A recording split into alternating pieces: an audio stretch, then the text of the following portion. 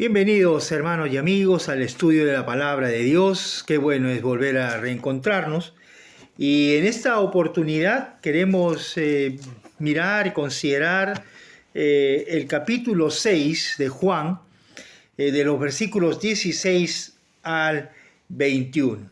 Creo que es una historia bastante conocida donde Jesús anda sobre el mar. Pero vamos a ver algunas cosas que necesitamos recordar o aprender entonces en esta escritura. Dice el verso 16, al anochecer descendieron sus discípulos al mar, y entrando en una barca iba cruzando el mar hacia Capernaum. Estaba ya oscuro y Jesús no había venido a ellos. Se levantaba el mar con un gran viento que soplaba. Cuando habían remado como 25 o 30 estadios, vieron a Jesús que andaba sobre el mar y se acercaba a la barca y tuvieron miedo. Mas él les dijo: yo soy, no temáis. Entonces ellos con gusto le recibieron en la barca, la cual llegó enseguida a la tierra donde iba. Ahora, este pasaje también está en Marcos, en el capítulo 6, el verso 45 al 52, y también está en Mateo 14, 22 al 27. Así que algunas cosas que nosotros no vamos a decir porque no está dentro del Evangelio, pero hay algunas cosas que sí podemos nosotros citar. Pero empieza esta historia bíblica con la noche, después de haber alimentado a los 5.000, entonces, y la gente que quería hacerle rey al Señor, entonces el Señor tiene que retirarse. Y al anochecer, dice, descendieron sus discípulos al mar. Descendieron sus discípulos al mar. Ahora, este descender al mar, pues quizás el Señor Jesús lo había llevado a los discípulos para que entren mientras Él despedía a la multitud. Mucha gente estaba siguiendo a nuestro Señor y Él tenía que despedir. Entonces, algunas cosas que los discípulos hacen sin conocer o sin tener a Cristo, al Señor Jesús, en medio de ellos. En primer lugar, verso 17. Y entrando en una barca, iban cruzando el mar hacia Capernaum. Estaba ya oscuro y Jesús no había venido a ellos. En primer lugar, dice el versículo 17 que estaba ya oscuro. Y eso es lo que quizás está el ser humano sin Cristo. Está en la oscuridad, está en las tinieblas, está entenebrecido. Entonces, de alguna manera, nosotros podemos tomar que estaba ya oscuro, quizá para nuestra propia vida. Quizás nosotros, antes de conocer a Cristo, o los que no conocen a Cristo, entonces están en esa oscuridad. No pueden percibir las cosas de Dios, porque el Espíritu Santo no vive en ellos. Pero los que hemos entregado nuestra vida a Cristo, los que tenemos el Espíritu Santo en nuestra vida, entonces podemos entender. Sin embargo, estas personas, los discípulos, que todavía no habían nacido de nuevo, entonces estaban en la oscuridad. Los hombres siempre estamos amando más las tinieblas. Juan capítulo 1, versos 10 y 11 dice, en el mundo estaba, o sea, nuestro Señor Jesucristo, y el mundo por Él fue hecho, pero el mundo no le conoció. A lo suyo vino y los suyos no le recibieron, Pero más adelante, en el capítulo 8 de Juan, del Evangelio de Juan, entonces en el versículo 12, dice lo siguiente. Otra vez Jesús les habló diciendo, yo soy la luz del mundo. Yo soy la luz del mundo. Y esa luz es la que nosotros tenemos que, como tenemos al Espíritu Santo, tenemos que irradiar a los demás.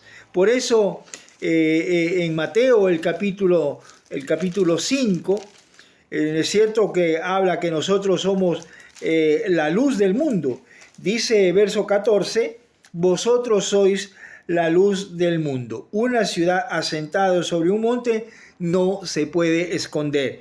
Mateo capítulo 5, verso 14. Entonces, encontramos acá que nosotros, dice el Señor Jesús, somos también la luz del mundo. Entonces, podemos nosotros notar entonces que los discípulos estaban en la oscuridad, una oscuridad total. Ahora, dice en otro pasaje, ¿es cierto? Dice que estaba ya a la cuarta vigilia de la noche, vale decir 3 de la mañana, 4, 5 de la mañana. Entonces estaba totalmente oscuro. Usted ha visto, de repente se ha quedado despierto hasta las 3, 4 de la mañana y ve totalmente oscuro. Desde las 2 de la mañana hasta las 5 más o menos está totalmente oscuro. Pero esta oscuridad que tenían los discípulos entonces, o que estaban inmersos dentro de esta oscuridad, entonces era del clima, pero sin embargo nosotros podemos tomarlo como que también nosotros estamos, los que no conocen a Cristo están en las tinieblas. Pero no solamente que estaba oscuro, sino que también dice el verso 17, Jesús no había venido a ellos,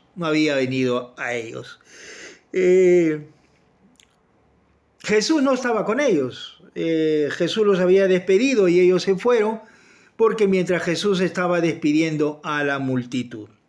Pero cuando uno no está con el Señor Jesús, entonces surgen algunas cosas. Dice la Escritura que al no estar con nuestro Señor Jesucristo en comunión con Él, entonces voy poco a poco, a apartarme de la voluntad de Dios. En primer lugar. En segundo lugar, perdemos el rumbo, hacia dónde vamos. No sabemos hacia dónde vamos, no sabemos qué estamos haciendo acá, y entonces poco a poco uno se va alejando, se aparta de la voluntad de Dios y pierde el rumbo, el sentido que Dios quiere darle a su vida. En tercer lugar, entristece el corazón de Dios, Dice la Escritura, no entristezcáis al Espíritu Santo. Luego dice también que cuando nosotros, no está Dios con nosotros,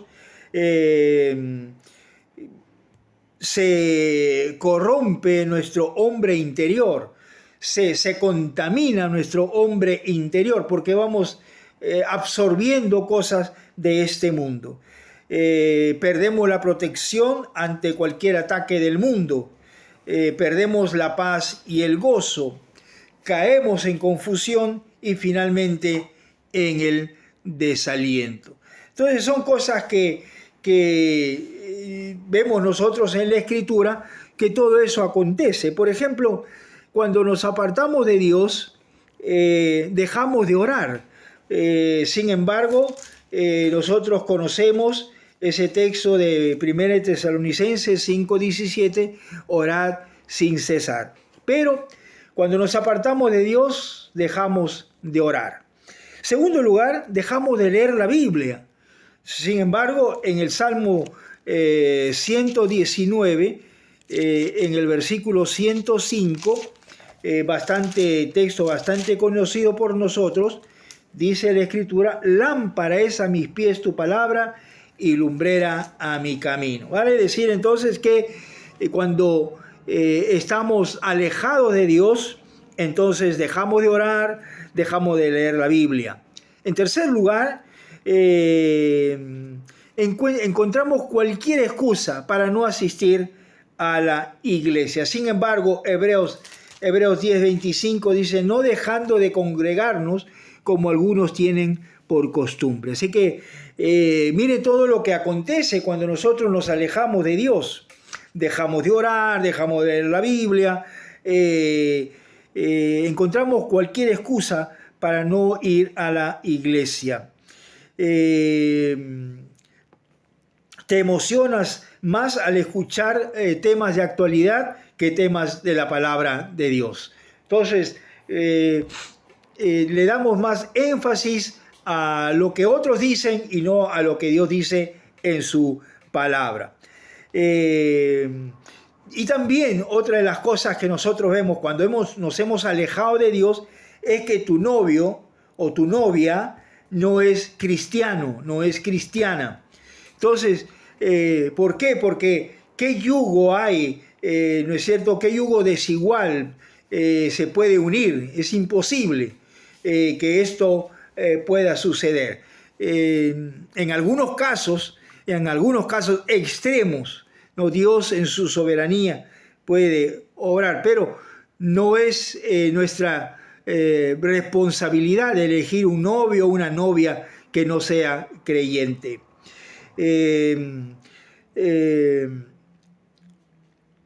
Tus mejores amigos no son creyentes. Entonces tenemos que tener cuidado con eso. Siempre tener amistades, buenas amistades, entonces dentro de la iglesia. En 1 Corintios 15:33 está establecido. Lo otro, cuando nos apartamos de Dios, es ver películas donde muestran el pecado y nosotros nos mostramos indiferentes. 1 Juan 2:16, entonces dice que los ojos, ¿es cierto? 1 Juan 2:16 dice lo siguiente, porque todo lo que hay en el mundo, los deseos de la carne, los deseos de los ojos y la vanagloria de la vida, no provienen del Padre, sino de este mundo en tinieblas. Pero luego también, cuando, por ejemplo, tomamos el pecado o cometemos pecado y no nos duele, ya cuando no te sientas mal, has perdido la insensibilidad, has perdido la sensibilidad, perdón. Estamos evitando que el Espíritu Santo nos redarguya, ¿no? En Juan 16:8. Y finalmente nos alejamos de Dios y todo lo que representa. En todo lo que representa. Sin embargo, a través de este estudio vemos entonces cómo las cosas que nosotros tenemos cuando nos alejamos de Dios. Luego, en el versículo 18, dice, se levantaba el mar con un grande viento. Y un grande viento, pues era esas olas que se levantaban, entonces era de cuidado porque eran inmensas, porque la barca casi naufraga. Y entonces era grande, dice este viento. Luego dice también que los discípulos habían remado 5 o 6 kilómetros, más o menos. Entonces, mar adentro. Entonces, estaban lejos de la orilla. Y finalmente, dice, tuvieron temor.